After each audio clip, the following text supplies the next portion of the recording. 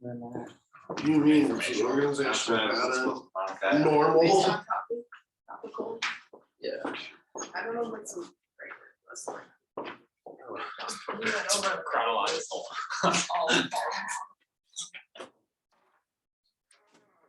Next, what is your topic? The benefits of wildfires. I give you this now, correct? Yes. Thank you. Sure.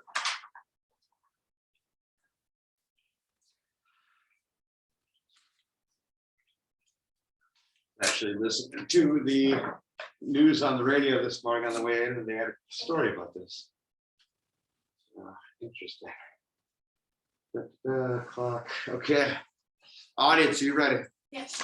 Max, are you ready? We'll see. And proceed. Today, I'll be telling you all the benefits of wildfire. And I know what you may be thinking. Max, we hear it on the radio all the time. We see it on the TV too. There are no benefits of wildfire. But in fact, controlled wildfire is a very effective tool when trying to reset an ecosystem without further hurting the environment. The biggest problem with wildfire in the United States today is the sheer number of fires that we have. In 2019, the United States Department of the Interior recorded 50,477 wildfires that occurred in the United States in that year alone. That adds up to be about 140 wildfires per day in the United States. And when you take into account that on average 92 acres burned per fire, that adds up to be about 4.5 million acres of land that's burned in 2019 alone due to these wildfires. That versus a very minor 69 acres that occurred in 1989 is quite sad, considering that we went up 23 acres per average burn in just 30 short years. And these fires do have a lot of damages when they're large and uncontrolled. They damage human structures and can be very damaging to the forest life. But as stated by the National Geographic Society in 2020, by using controlled burns, we can actually prevent these wildfires from happening and help stabilize the environment in the process. But there are still quite a few damages that may occur from these fires if they are uncontrolled. PNAS stated in 2017 that there were 900,000 structures damaged and $237 billion lost due to wildfires in 2017. These structures are homes, they could be factories, businesses, anything that is humanly related to property. And this isn't the only damaging effect that wildfire has on humans. As stated by the American Forest Foundation in 2019, there are various other human issues as well, such as issues with their respiratory system, irritated eyes, and various other problems with internal of the body. One example of this is the Canadian wildfires from this summer. We all remember. You'd wake up every morning, and if you worked outside, you know how bad it was. You'd wake up and it would almost look like a fog outside. And that may not be bad for a lot of people, but let's say you have asthma or you are allergic to smoke, it could be very devastating to your body in the future. The sad part about these wildfires as well is that, as stated by the previously cited National Geographic Society, 85% of these fires are actually started by humans. And if you do, and that's whether cigarettes, campfires, just straight out arsonery, anything that a human can do to start a fire. And that adds up to be about 40,000 fires, or on the north side of 40,000 fires that are started due to humans. One famous fire that occurred in California was the Great Camp Fire. This burned 20,000 structures, killed 80 people, and resulted in $10 billion loss, all due to a faulty wire line that was created by humans and started this catastrophic fire. And there are, as I stated before, there are some damages that can come from these wildfires when they're not controlled, but controlled fires are actually very helpful with plant life in the forest. PNAS stated in 2017 that fire suppression is counterproductive to build an adaptive resilience to increase wildfire in the long term. And many people say, well, what is fire suppression? Fire suppression is essentially trying to eliminate all fire from occurring altogether, whether that's digging trenches to stop fire from spreading, trying to take out dead material yourself, or just putting out all fires altogether when they start. And a very counterproductive way the government has thought of this is actually letting logging companies try to go in to stop these fires from occurring, which we all know that doesn't help anything either. But in 2013, Donovan stated that we can essentially reset an ecosystem by using controlled wildfire. The National Geographic Society added that it is a very effective way to get rid of fuel, such as dead plants, dead trees, any dead material in the forest. It's a great way to open up the canopy, such as removing brush, such as buckthorn, and allowing more sunlight to reach the forest floor. And the best thing controlled burns do to the environment is it brings nutrients back into the soil, which allows more life to occur over the next generations. Donovan also stated that some trees, such as the lodgepole pine and pine barren, actually only reproduce seeds after fire has threatened the ecosystem. So this is just one example of how fire can actually bring life back into an ecosystem, contrary to belief that it actually only destroys it. And many people say, well, what about animals? Aren't animals widely affected by these wildfires? And truthfully, not really. In 2019, Yvonne Barkley proclaimed that the biggest effect wildfire has on the wildlife habitat is by altering three things animals need most: food, water, and shelter. And this is true to some degree, but Barkley also goes against herself later in her article by stating that during a study done in the 1988 Yellowstone burn, it actually proved that animals don't frantically flee from fire wildly, but more so sit back and watch from a safe distance until it is safe for them to return back to their homes where they want to be. And many people say, well, if they come to our homes, is that going to affect us? And truthfully, it's not. National Forest Foundation added in 2021 that in general, only the very young and very old animals are the ones that died due to these wildfires. So the breeders aren't really affected. So the population of these animals doesn't fluctuate a whole lot. And the biggest fear that's from humans is them saying, well, if we're burning these animals' homes, are they going to come and hurt us in our area?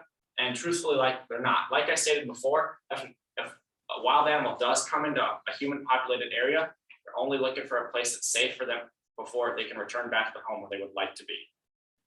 Overall, there are a lot of damages that can come from wildfire when they're not controlled. But if the United States moves away from the idea of fire suppression and begins to use more controlled burns, we can effectively prevent and stabilize the forest and the ecosystem. Thank you.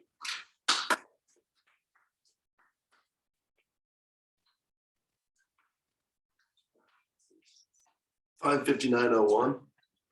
60165. Yeah. So one more. Sweating.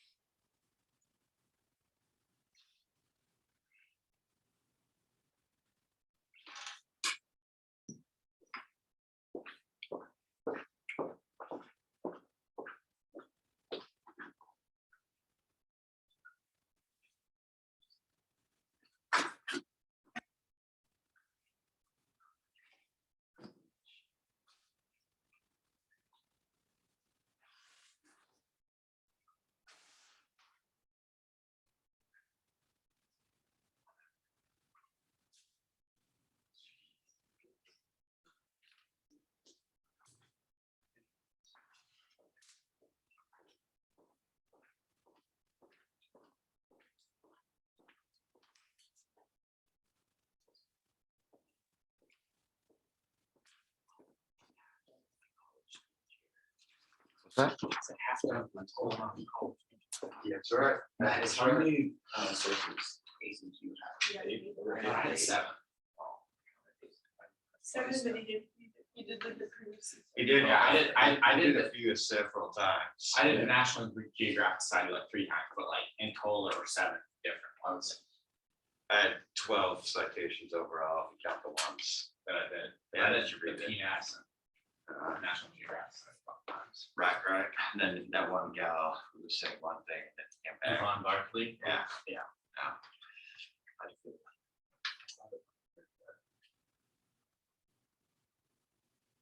I think that honestly, like, I feel like I was more prepared last week. I know, I'm not trying to put it on. No. Like, I feel like I was more prepared last week, but like I said, it was kind of nice because like yesterday, 3 people have been wanted it all practice in front of everybody today. So Nice. that's nice about it. So you did like a big group practice. We and Madie all went yesterday in front of everybody. Sweet. I thought it's good. So, yeah, it came out incredible. I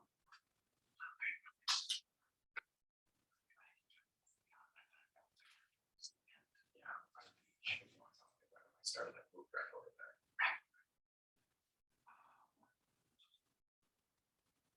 Well supported. Great RFP.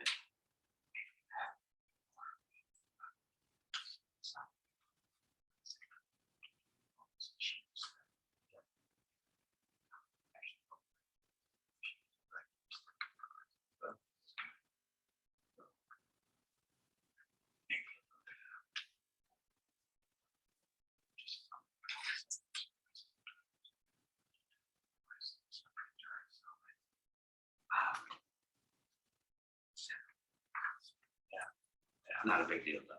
Misuse. Not a big deal.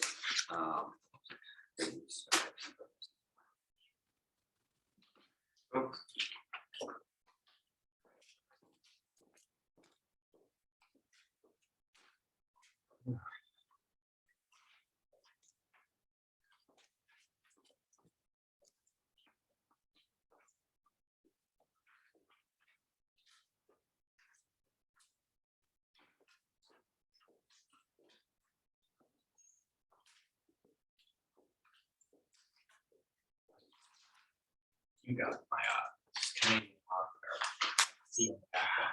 Yeah, no, that was so bad.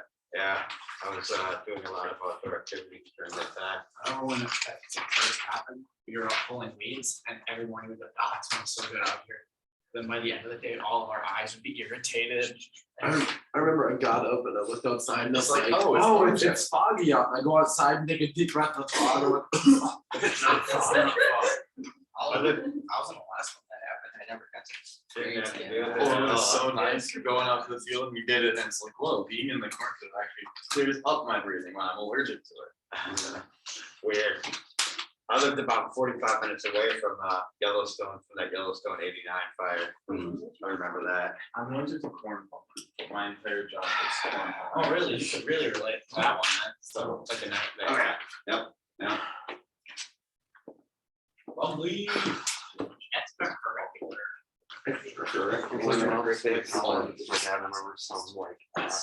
Yeah. A little bit harder. Is it? I think so. A little bit, like, I bet. But in the Just like, I like- had time when they Well, I just used to think I got like from a list these out right there now. and farming. Really focus on the Yeah, happened a few months before the Look at fire. those biceps. Don't you So I know have those any are biceps? recollection Look at and that. all the, I remember tons of people talking about it when I was a kid. Just take your shirt off. All right, Connor, what is your topic? Extracurricular equality. Ooh. You got a nice title for it now. Should have seen trying to practice it before this.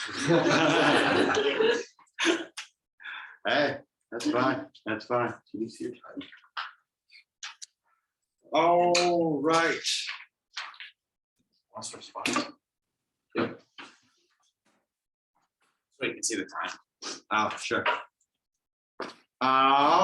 Audience, we got all of Max's back, right? We're all ready for Connor? All right, Connor, are you ready? Yep. And proceed. Extracurricular activities have provided a lot of opportunity to a lot of us in here and just a lot of people overall, whether it be someone's career in the future or help them develop as a person.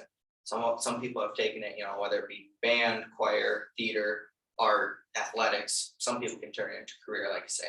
But for a lot of us, it's just about trying to enjoy it for a short span of our life and help us develop as an individual. In these extracurriculars, historically, public schools have dominated private schools, and that's simply due to the fact that there are more numbers in public schools than there are private schools. However, over the years, private schools have become disproportionately more successful than public schools in a lot of these competitions. A lot of the reasons why these public or private schools, have become more successful is in an article by the Central Trend in 2017 stated how there has been an academic loophole where private schools have been able to use these scholarships to bring in individuals for their athletics rather than strictly academics. And there was an assertion done in 2010 that had a poll between basketball coaches and football coaches. And of these coaches, roughly 90% of them thought that private schools bring in athletes because of these scholarships. Now, there are other reasons too, just simply because of just some more privacy rights that private schools have. And one of these rights is enrollment. Private schools can't get money off of tax dollars, as we all know, like public schools can. And in an article by MinPost in 2012, private schools said that it creates even playing grounds for them to be able to bring in kids from wherever they want because they don't get money from the tax dollars. However, with all this being said, there has been a lot of evidence to show how disproportionate this stuff may be, even though they say that even the playing grounds are even. In the boys hockey state tournament between 2002 and 2012, 16 out of the 28 teams that won the state championship were to private schools. And you gotta keep in mind that in this time, and even now, 15% of the schools in Minnesota are private schools. And an even smaller percentage of that are even eligible to compete in the Minnesota State High School League tournament. Those stats were provided from that same article that private schools said it was even playing grounds too. And not just between those years of 2002 and 2012, and also more recently in the state hockey tournament in 2020 with both the boys and girls. State hockey tournament showed how the championships were split 50-50 both ways between private schools and public schools for both tournaments, according to the Minnesota State High School League archives. Now, this 50-50 split has been pretty popular or pretty consecutive throughout the years in hockey, and not just hockey is getting affected too. In the Minnesota State High School League boys football state tournament, according to the MN Football Hub archives, they have stats of who played when for what championship all the way back to when these sports competitions started. According to them, between 1997 and 2000, only 8% of the state championships were private schools, which isn't 15%, but it's, like I said, public schools usually have dominated. 20 years later, between 2016 and 2019, 25% of the state champions were to private schools. And if you take those numbers in comparison, they had tripled their success in a span of 20 years. Now, MN Basketball Hub showed how the boys state tournament had also been affected as well.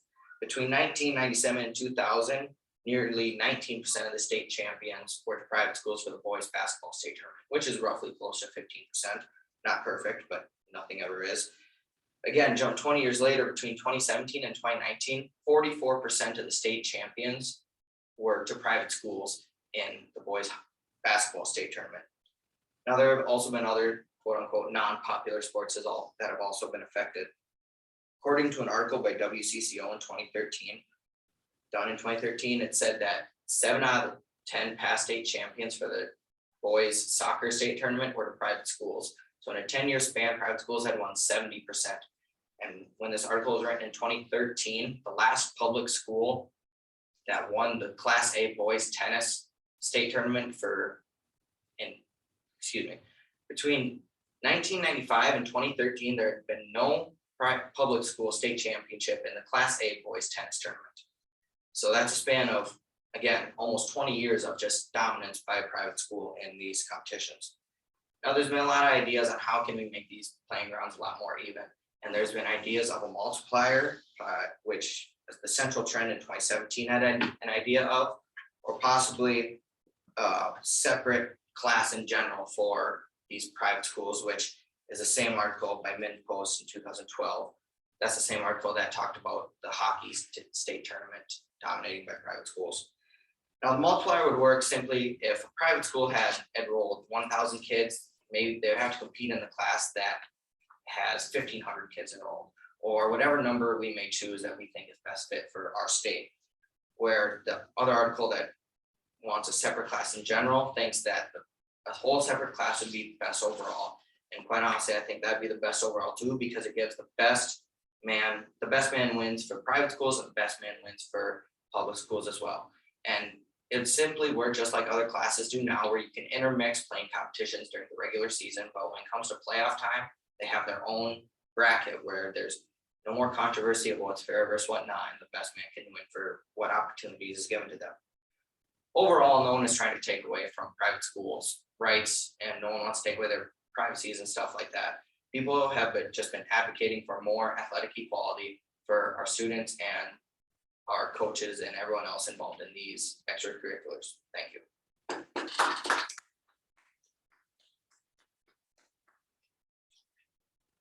6:15:49. It was like 6:14. 6:16:09. What'd you get? 6:16:09.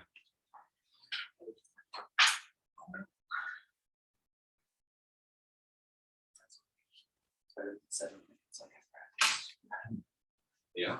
Wow, how many sources did you have? I had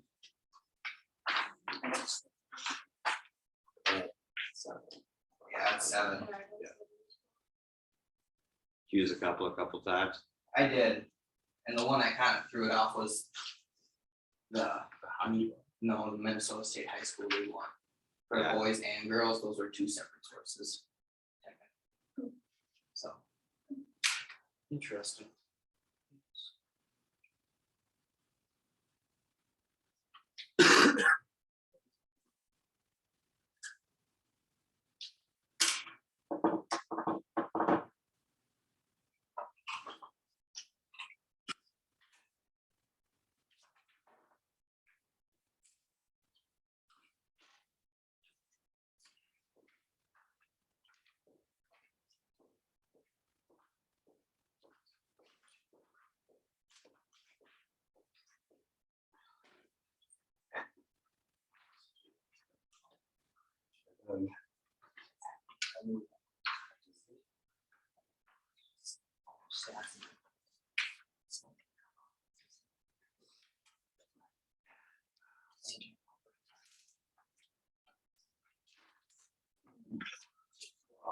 That happened once, and that could be-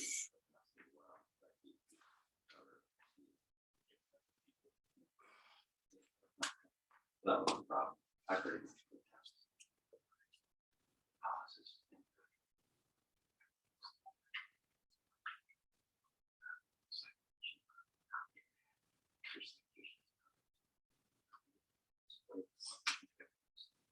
All of these stats here. That's true. Flip for my 100 pieces. Breathing. Yeah, literally, it's like 'Cause I halfway I would through, be you just taunting- go like, I'd be talking a whole bunch of them. That's funny.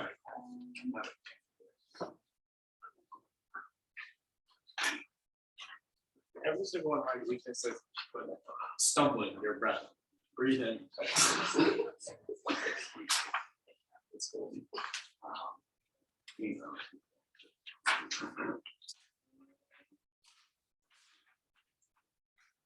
Just stay alive. What you do? Yeah, well, that's. Actually, I had to go to the big break. I was over like that. Or just a great time. Thank you.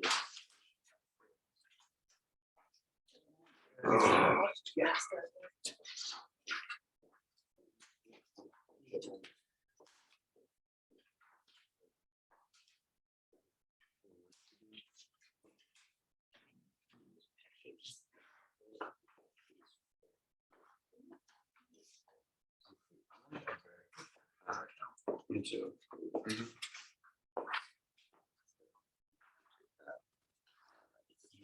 Yesterday or what? Yeah, Straight off. Yesterday was hot. Actually, it was Thanks. cold. It was 33. Oh, where I was. Jack. It was nice. What are you talking No, it about? was really good weather. Just fucking was really How hot. about Anybody get here? I got a 9 pointer. I don't want to talk about it. I'm not. Yeah, I probably should.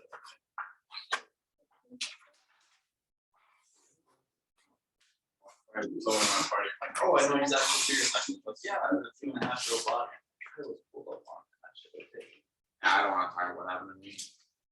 That's That's rough. weird. It was a rough weekend. I tracked the deal for 2.5 miles. What's wrong with Missed a shot. Didn't find it.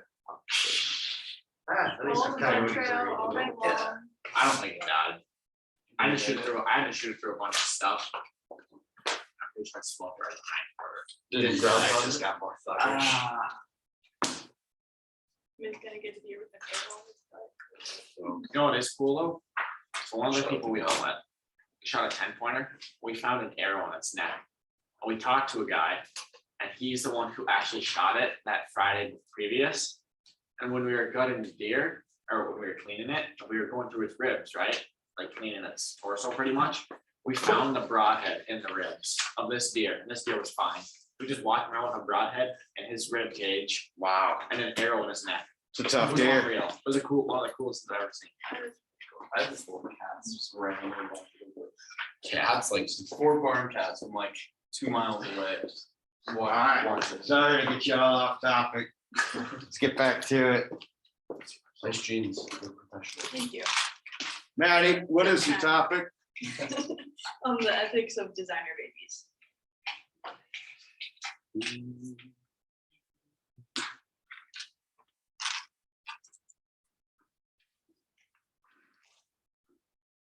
All right, audience, are you ready?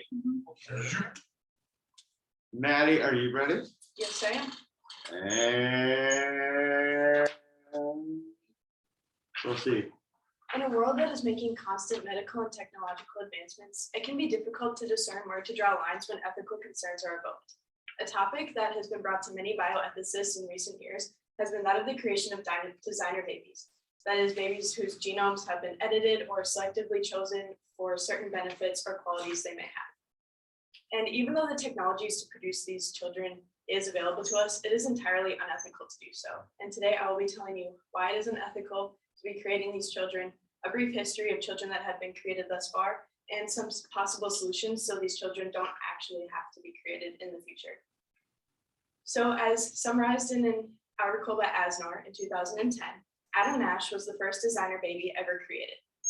His parents had to go through quite the lengthy process in order to get this procedure approved, because up until that point, it was illegal to create designer babies and select genetics for the purpose that they were going for. So what had happened is their firstborn child was a girl, and she was born with a very severe type of anemia called Fanconi anemia. And the only way they thought to help treat her was to have a second child in which they could decide the genetics that his genome sequence would be very similar to his sister's, so that he could provide her with certain valuable tissues and stem cell blood that they didn't think they could get from other places.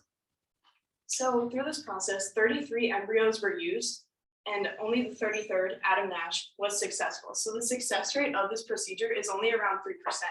And given the insane number and quality of medical technologies we have to serve very similar purposes to this, I think it is completely unreasonable to have to start the lives of 32 other children that are unable to be completed due to the inconsistency of this process. A huge issue that is also being considered in the consideration of legalizing this process is that these children will only be seen as commodities by their parents. They're only going to be used for certain benefits they may provide to another sibling, or to fulfill what the parents want for specific traits for their child. As stated by Asnar 2010, a generally agreed upon ethical opinion is that the production of a designer baby is exploiting the existence of a human individual. It is treating it as an object, something that in the opinion of most authors is incompatible with the dignity that every human being has by their very nature.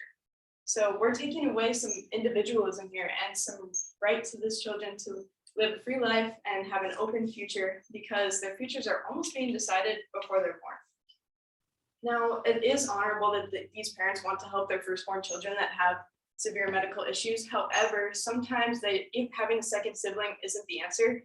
So a mom in an article by Kelly in 2009 addressed her child, firstborn daughter, that had a severe form of Down syndrome, and how if she were to go through the process of having a second child, she's not sure if she would consider being able to choose what that child would be. She had said, if I had went as far as to consider having another child, then I would have had it in my mind that no matter what it was, what happened, it would still be my child.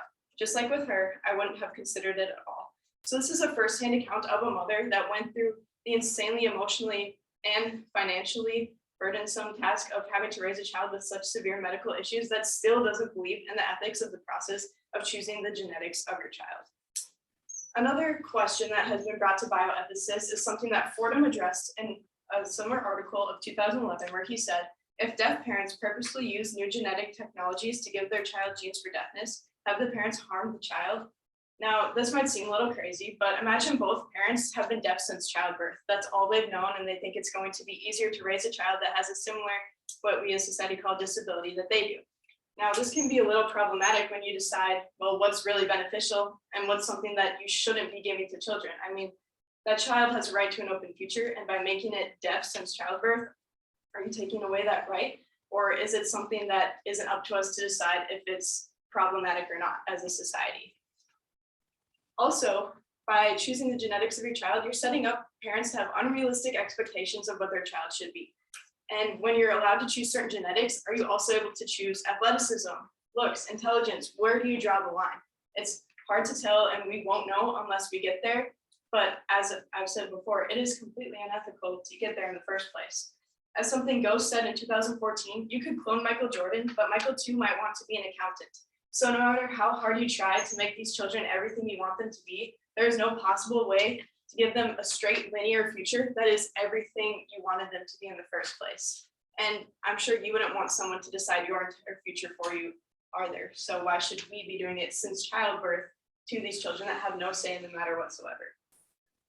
So once this door is opened, if it ever is opened by our lawmakers in society, where are those ethical boundaries? As Khan said in 2019, principal concerns apart from illegal germane mutation include the morality, the eugenics helping the fittest survive, ongoing clinical debates about informed consent, religious debate, the possible rise of clones, designer babies, and possibly superhumans. There is no way to decide or predict where this is going to go in the future if we allow this to go any further than what it already has.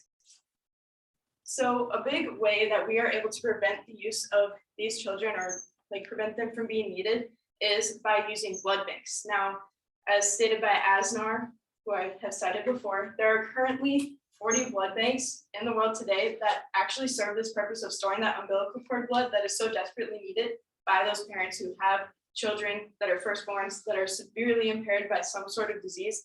And over 20,000 transplants take place every year. So this is a completely viable solution that is already being used by our society today. So not only is it unnecessary to create these children, there are plenty of reliable means to back up the exploiting of these children, and it is completely unethical to go through this entire process. Thank you. Okay.